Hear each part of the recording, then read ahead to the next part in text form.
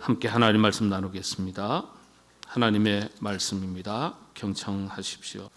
다윗이 블레셋 사람에게 이르되 너는 칼과 창과 단창으로 내게 나오거니와 나는 만군의 여호와의 이름 곧 내가 모욕하는 이스라엘 군대의 하나님의 이름으로 내게 나아가노라. 오늘 여호와께서 너를 내 손에 넘기시리니 내가 너를 쳐서 내 목을 베고 블레셋 군대의 시체를 오늘 공중의 새와 땅의 들짐승에게 주어 온 땅으로 이스라엘에 하나님이 계신 줄 알게 하겠고 또 여호와의 구원하심이 칼과 창에 있지 아니함을 이 무리에게 알게 하리라. 전쟁은 여호와께 속한 것인즉 그가 너희를 우리 손에 넘기시리라. 아멘. 철부지라는 말이 있습니다. 철을 모른다, 사시사철을 말합니다.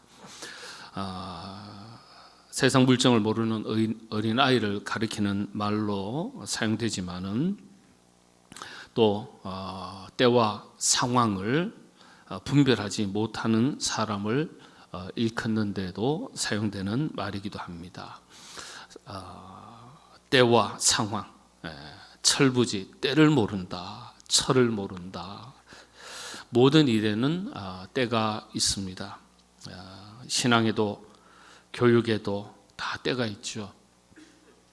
특히 어린 시절의 신앙 교육 아주 대단히 중요하고 결정적입니다. 이 시기를 놓치면 신앙에 물드는 것보다는 세상에 물드는 것이 훨씬 쉬워질 수 있습니다. 이걸 아는지 중국 시진핑 국가주석이 지도자가 된 이후에 18세 이하 모든 자녀들에게 기독교를 포함한 모든 종교 활동을 금지시켰습니다. 공산당 정부가 허락한 3자 교회조차도 다닐 수 없도록 했습니다. 어린 시절에 어떤 종교 사상, 특별히 기독교 사상에 물들면 미래 공산주의 사상에 방해가 되거나 걸림돌이 될 것이라고 생각한 것입니다. 안타까운 일이죠. 어린 시절에 신앙 교육이 얼마나 무서운지를 아는 겁니다. 교육심리학자 제임스 파울로라는 분이 있는데 신앙 발달 이론에서요, 아동기와 초기 청소년기의 경험이 평생의 신앙 구조를 형성한다. 이건 우리 기독교 교육심리, 교육학의 교과서입니다. 아동기와 초기 청소년기의 경험이 평생의 신앙 구조를 형성한다. 어린 시절의 신앙은요, 이 어떤 지식, 정보가 아니라 머릿속에 담아두는 정도가 아니라 한 사람의 정체성을 만든다는 거예요. 그래서 동방교회에서는 이런 격언이 있습니다. 어린 시절에 새겨진 것은 영혼에 깊이 남는다. 머릿속에 지식으로 남는 게 아니라 어린 시절에 경험한 것은요, 그 사람 자체를 만든다는 거예요. 인격을 만들고 성품을 만들고 그 사람의 정체성, 정신세계 전체를 좌지우지하는 것으로 영향을 준다는 뜻입니다. 그래서 어린 시절에 참 좋은 경험을 한다는 것은요, 얼마나 그 사람으로 하여금 자기 인생을 세상적인 기준이 아니라 성공적이고 행복한 인생으로 만들어 나가는데 큰 자원이 되는지 모릅니다. 오늘은 다윗의 신앙세계를 간단하게 살펴보려고 합니다. 15살입니다. 골리앗을 상대로 했을 때 나이가 15세, 어떤 학자는 12세로 보기도 하고요. 어떤 학자들은 17세인데 그건 좀 많아요. 보통 대략 한 12세에서 15세 정도의 나이에 해당된다. 그렇게 지금 일반적으로 공통된 그렇게 해석을 하고 있습니다. 15살 철부지인 줄 알았던 청소년 다윗이 철부지가 아니었어요. 얼마나 신앙의 철이 제대로 들었는지 이 내용을 읽으면 어른들이 배울 점이 많습니다. 신앙의 철이 얼마나 제대로 들었는지 살펴보고 그 신앙세계의 영적 교훈을 우리가 또 살펴보도록 하겠습니다. 말씀드린 대로 다윗은 이 골리앗을 상대로 할 때 15세 전후에 청소년이었습니다. 우리 식으로 말하면 뭐 중학교 한 2학년 혹은 1학년, 3학년쯤 되겠죠. 외형적으로는 아직도 미숙한 나이였습니다. 그러나 이 다윗의 신앙 고백을 보면 얼마나 깊이가 있고 성숙한 고백인지 모릅니다. 45절에 보면 너는 칼과 창으로 내게 나아오거니와 나는 만군의 여호와의 이름으로 내게 나아가노라. 한번 보세요. 지금 어떤 상황입니까? 절체절명의 위기의 상황이에요. 보통 위기가 아니에요. 생명이 왔다 갔다 하는 위기예요. 그런데 이런 순간에 어떻게 15세 소년의 입에서 이런 고백이 나올 수 있을까요? 대단한 기백이죠. 대단한 용기예요. 또 다윗이 싸우는 이유, 목적에 대해서 분명하게 선언을 합니다. 한마디로 블레셋이 골리앗이 하나님을 모욕했기 때문이라고 말합니다. 그래서 분명한 목적을 가지고요 골리앗을 상대합니다. 여러분 골리앗은요 블레셋 족속이죠. 이 블레셋은 역사적으로는 그리스에서 지중해를 거쳐서 팔레스타인 지역으로 넘어와서 정착한 이방 민족으로 알려져 있습니다. 더 기원을 거슬러 올라가면 저 북유럽 쪽에 기원을 두고 있는 그런 인종입니다. 그러니까 북유럽에 지금도 네덜란드에 가보면요, 북유럽 쪽으로 가보면요, 사람들의 키가 남자 180, 192m는요 그냥 평균적이에요. 그렇게 키가 큽니다. 예. 그런 혈통의 계통의 사람들입니다. 그러니까 아예 인종적으로 혈통적으로 달라요. 그래서 거인 족속으로 알려져 있습니다. 성경에서는요, 거인 족속. 자, 그런데 그 블레셋이 하나님을 모으겠다. 그래서 골리앗을 상대하는데 이유를 두 가지로 됩니다. 첫째는 온 땅에 하나님이 살아계심을 알게 하기 위해서 내가 너를 상대한다. 둘째는 승리는 칼과 창에 있는 것이 아니다. 하나님 손에 달려 있다. 이걸 알도록 하기 위해서 내가 너를 상대한다. 야, 우리 참 철부지라 그래야 되나요? 아니면 뭐라 그러죠? 겁이 없는 사람을 이렇게 뭐라 그러죠? 뭐가 부었다 그러잖아요. 그렇죠? 예. 뭘 몰라서 이런 얼토당토하는 블레셋 군대 입장에서 볼 때, 골리앗이 볼 때는요 참 기가 찰 노릇이죠.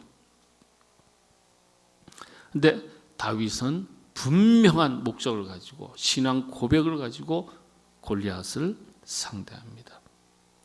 다윗은요 어떤 상황을 보는 게 아니에요. 자신의 능력을 보는 게 아니에요. 상대방의 키를 보는 게 아니에요. 창과 뭐라 그럴까요? 방패를 보는 게 아니에요. 칼을 보는 게 아니에요. 전적으로 하나님만을 신뢰하고 하나님만을 의지하고 하나님만 바라보는 거예요. 어떤 상황과 환경과 조건을 살피다 보면 두려움에 빠질 때가 있습니다. 사람도 살아가다 보면 이런저런 상황 만나지 않습니까? 환경 만나지 않습니까? 어떤 삶의 형편에 따라서 두려움이 생기고 불안이 생기고 염려, 걱정이 생길 수가 있습니다. 그런데 다윗은 오직 하나님만을 신뢰하고 바라봤습니다. 이게 다윗의 신앙 세계의 출발점이었습니다. 오직 하나님만 바라본다. 하나님만 신뢰한다. 네. 이런 다윗이 가진 신앙생의 특징이 두 가지가 있습니다. 저와 여러분 우리 모두 이런 다윗의 신앙세계를 함께 배우고 닮을 수 있기를 바랍니다. 오늘 한번 살펴보겠습니다. 첫 번째는요, 하나님을 전적으로 신뢰하는 용기라는 거예요. 예. 이 다윗이 15살 난 다윗이 어른들에게서도 찾아볼 수 없는 용기를 찾아봅니다. 모두가 두려워서 사울 왕조차, 휘하 있는 장군들조차, 군사들조차도 두려워서 떨었다고 분명히 사무엘상 17장 내용을 보면 기록이 되어 있어요. 모두가 두려워했다. 그런데 다윗은 용기가 있는 거예요. 두려움이 없는 거예요. 용기라는 건 두려움이 없다는 얘기 아니겠어요? 두려움을 이기는 것이죠.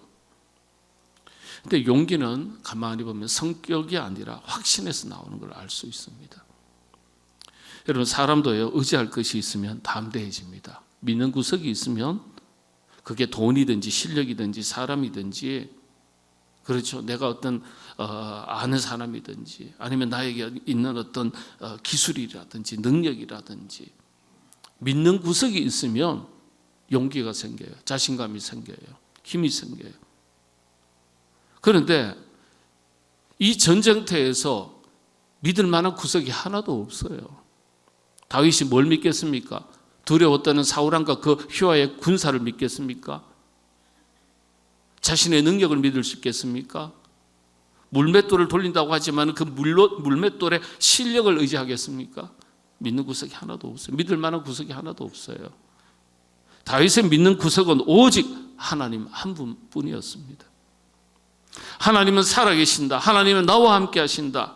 그래서 전쟁은, 이 땅의 어떤 전쟁도 다 여호와께 속해 있다. 이 믿음의 확신이 용기를 만들어낸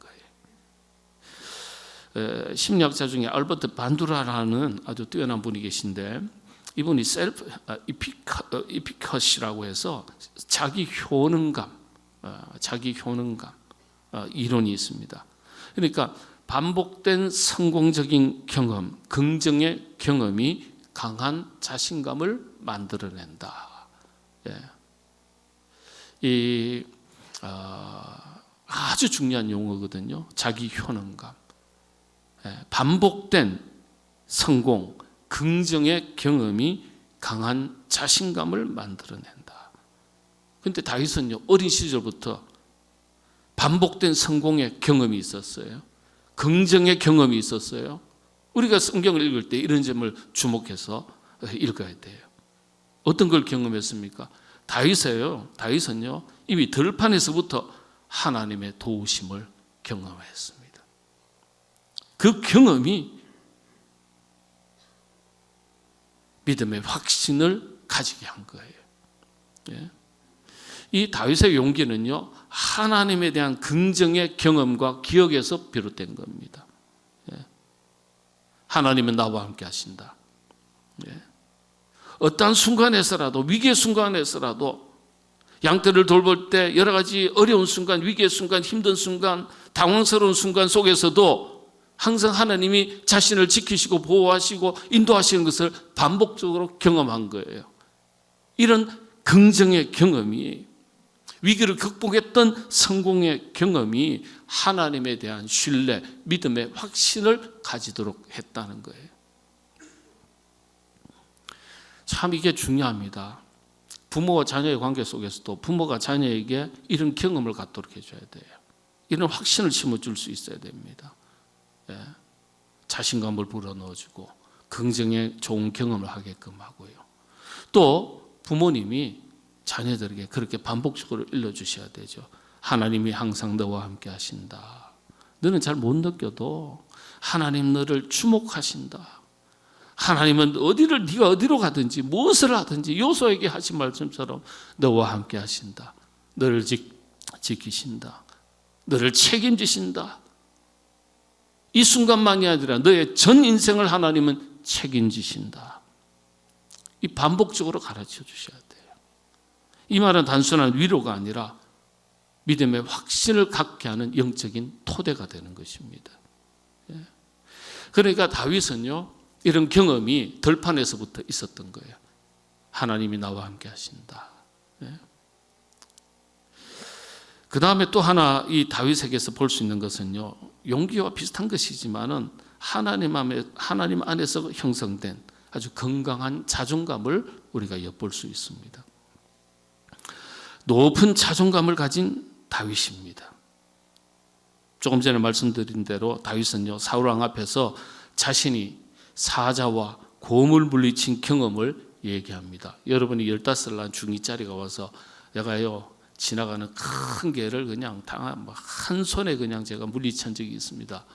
그렇게 말을 하더라도 믿으시겠어요? 이건 개 정도가 아니에요. 강아지 정도가 아니에요. 사자와 곰을 물리친 경험을 합니다. 그게 34절에서부터 이 35절의 내용이 있죠. 들판에서 양을 칠 때 사자나 곰이 양의 새끼를 물어가며 쫓아가서 그 입에서 양을 구출해오던 경험을 얘기합니다. 양의 새끼를 구해내온 정도가 아니라 그 짐승의 수염을 잡고 쳐서 죽이기까지 했다고 말합니다. 여러분, 15살 난 소년, 청소년 다윗이 이런 경험을 하게 될 때요, 15살의 청소년의 정신세계에 어떤 것이 자리 잡냐 하면요, 하나님은 내가 어떤 극한의 상황에 빠지더라도 그 속에 있더라도 나를 보호하시고 나를 지켜주시는 분이시라는, 더 정확하게는 이토록 하나님께서 나를 귀하게 여기시고 나를 돌보시는 나는 사랑받는 존재라는 그런 의식, 스스로 그렇게 귀한 존재라고 인식하는 높은 자존감이 형성된다는 사실입니다. 용기를 가지는 정도가 아니라요, 용기를 가지게 되는 원천, 높은 자존감이 형성됩니다. 나는 하나님이 나를 도우신다, 하나님이 나를 지켜주신다, 보호하신다를 넘어서서 나는 하나님의 사랑받는 자녀다. 하나님이 그토록 귀하게 나를 지키시고 보호하시려는 나는 그런 존재다. 귀한 존재다. 높은 자존감. 자신이 어떤 존재인지, 그토록 귀한 존재인지를 스스로 인식하도록 하는 겁니다. 그래서 여러분들, 반복적으로 사랑받고 자란 자녀들이요, 자존감이 다 높습니다. 나는 그렇게 사랑받는 귀한 존재라는 자기 인식이 자신도 모르게 내면 속에 확실하게 자리 잡는 것입니다. 이 자존감이 굉장히 중요합니다. 자존감이 높은 사람들의 공통적인 특징이 행복지수가 다 높습니다. 행복지수 높은 사람들을 조사하면 자존감이 전부 다 높아요. 이건 전부 다 조사된 내용이에요. 한 사람을 행복한 사람으로 만드는 힘의 원천이 됩니다. 이 자존감이에요. 어떤 환경과 상황에 관계없이 자신에 대해서 스스로 느끼는 감정이 긍정적입니다. 자기 존재를 스스로 귀하게 인식하고 있으니까요. 네. 다른 사람이 나를 뭐라 하더라도 휘둘리지 않습니다. 듣기 싫은 소리일지는 모르지만 그것 때문에 내 자신을 절하하지 않습니다. 왜냐? 자기가 자기 자신을 인식할 때 어떻게 인식한다고요? 나는 귀한 존재다. 나는 사랑받는 존재다. 이 인식이 딱 자기 정체성에 자리 잡고 있기 때문에, 높은 자존감으로 형성되어 있기 때문에, 그래서 어떤 세상의 환경과 상황 속에서도 흔들리지 않는 거예요. 이 높은 자존감은요, 그래서 참 자기 인생을 행복한 인생으로 살아가게 하는 힘의 원천이 되는 것입니다. 그 출발점은요, 다름 아닌 자기가 믿는 하나님에 대한 신앙에서 비롯되는 것이죠. 저는 이런 건강한 자존감을 만들어주고 또 용기를 가지게 하는 믿음의 확신이, 하나님은 나를 사랑하시고 지키시고 보호하시는, 인도하시는 분이시라는 이 믿음의 확신이 우리 자녀들에게, 또 부모님들에게, 우리 모두에게 확고하게 형성될 수 있기를 바랍니다. 오늘 많은 우리 자녀들이요, 비교 속에서 자라납니다. 한 반에 30명, 저희 때는 70명이거든요. 70명 중에 1등은 한 명밖에 없어요. 네? 성적으로 비교당하고 외모로 비교당하고. 여러분들 건강한 자존감을 가지고 있는 아이들은요, 야, 너 왜 이렇게 키 작냐 그러면 주눅 들지 않아요. 어차피 2m 안 되는 건 마찬가지야. 딱 벌써 반응이 틀려요. 누더기를 걸쳐도 속에서 빛이 날 수 있어요.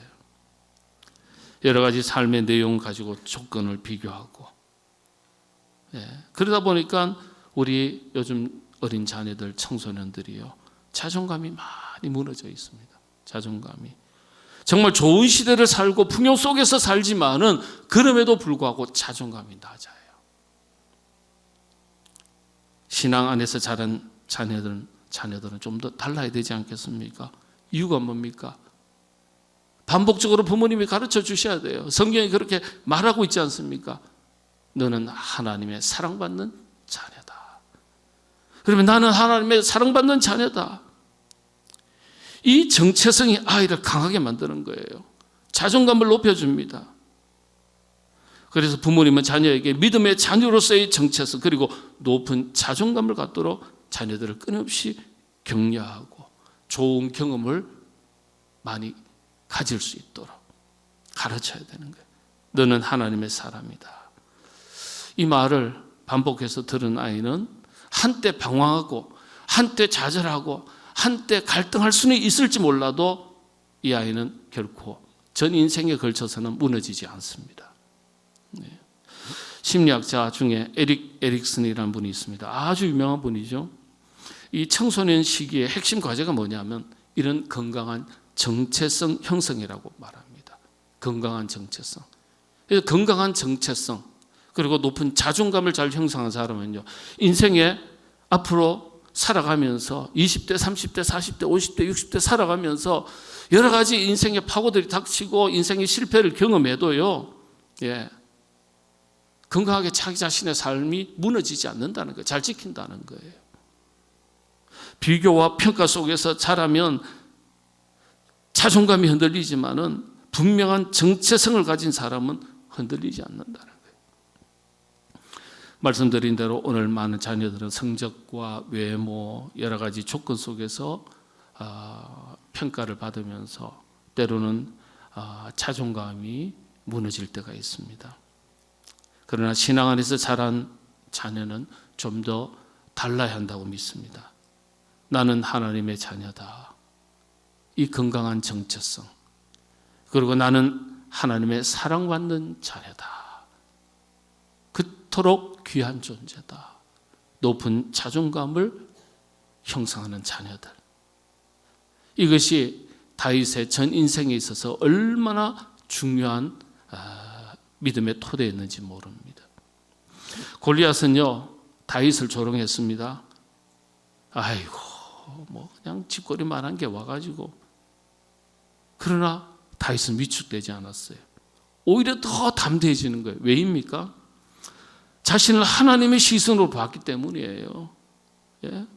나는 하나님의 사랑받는 존재로서, 자녀로서 하나님은 항상 나를 도우셨다.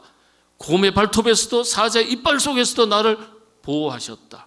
그러니까 당신의 칼, 창 아무것도 아니라는 거예요. 대단한 용기, 자신감을 가지는 거예요.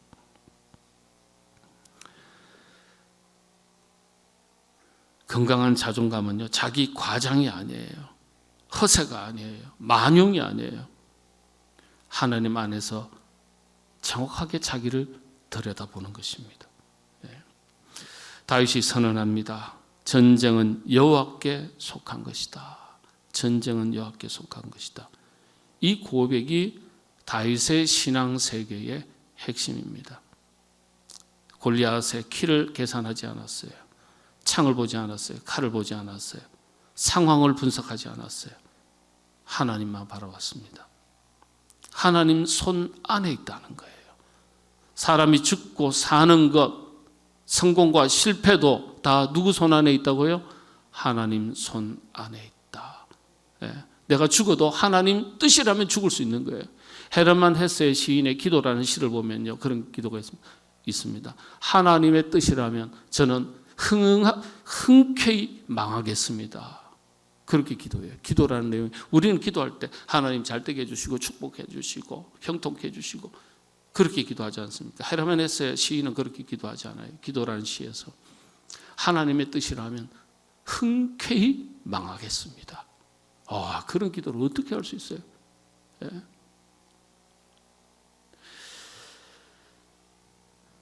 우리 자녀들이 비교 속에서 주눅든 인생이 아니라 하나님의 사랑받는 자녀라는 정체성 위에 든든하게 설 수 있기를 바랍니다.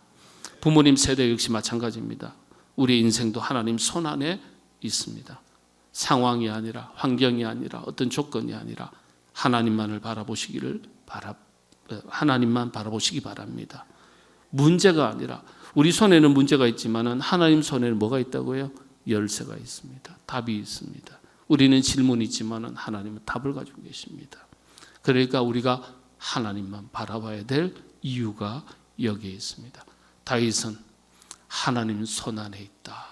이기고 지는 것, 열쇠는, 답은 하나님 손 안에 있다. 15살짜리의 입에서 이런 고백이 나왔다면 인생 수십 년 살았던 우리들은, 부모 세대들은 당연한 것 아니겠습니까? 우리 자녀들이 다윗과 같은 자녀가 되기를 바라고, 또 모든 부모님들은 여러분의 자녀를 다윗과 같은 자녀로 길러내시는 부모님 되시기를 바라고, 다윗과 같은 신앙을 부모님들도 소유하시고 자신의 인생을 멋지게 승리의 삶을 살아가시는 여러분 다 되시기를 바랍니다. 기도하겠습니다. 하나님, 다윗의 위대한 신앙 고백을 저희가 살폈습니다. 그의 용기를 살폈습니다. 자신감을 살폈습니다. 높은 자존감을 살폈습니다. 그 뿌리에 오직 전적으로 하나님만을 신뢰하고 의지하는 믿음이 있었음을 보았습니다. 주여, 우리의 자녀들이 다윗과 같은 신앙 세계, 그런 모습을 본받을 수 있도록 도와주시옵소서. 저희들도 이 땅을 살아가는 동안에 오직 하나님께 우리의 마음을 두고 시선을 두고 하나님 손 안에 있음을 믿고 우리의 인생을 힘있게 당당하게 그렇게 승리하며 살아갈 수 있도록 저희들을 인도하여 주시옵소서. 예수님의 이름으로 기도하옵나이다. 아멘.